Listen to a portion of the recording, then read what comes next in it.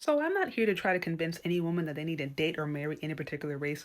I just believe in having honest conversations. And unfortunately, when Black women talk about interracial relationships, it's usually dishonest.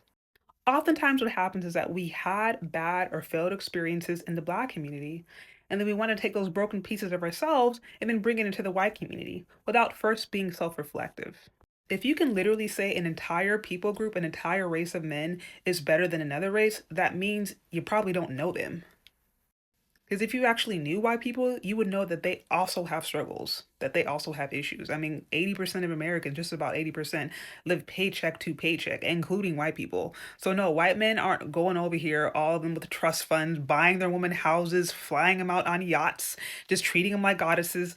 No, that is a literal fantasy and fairy tale. As I mentioned before, if white men were treating all of their women like queens, then feminism would not have been started. Feminism literally was started by white women who were unhappy with their position in society. They wanted more power, they wanted more access to wealth, they wanted more agency. So, no, that's not true. Also, white men treat us better, but they don't marry us. Currently, about 1% of white men in the United States of America have a Black wife. I'm not talking about a girlfriend, I'm not talking about a side piece, I'm talking about wife, married, shared assets, all of that. It's about 1%.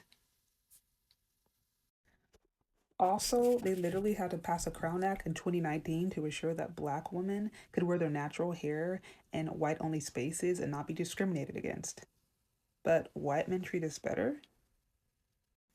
Really, the math ain't math. And at the end of the day, you're going to find good Black men out there, bad Black men out there, good white men out there, bad white men out there. It's not about the race of men. And I think a lot of times when Black women start to pedestalize one group of men and overlook another group of men, we're not dealing with the root issue. Water seeks its own level.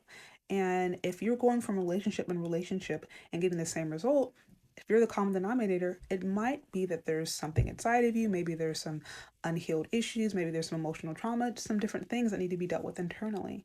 Because if we don't become self reflective and if we don't actually deal with some of the different issues that are actually impacting our relationships and impacting us, then whether we date somebody in our race or outside of our race, we're going to continue to recreate those same toxic scenarios. It's not about the race of the man. A lot of times it's about the character. If you have good character, you will attract good character. We want to get out of just praising a particular race and overlooking the other because it does not get to the root issue.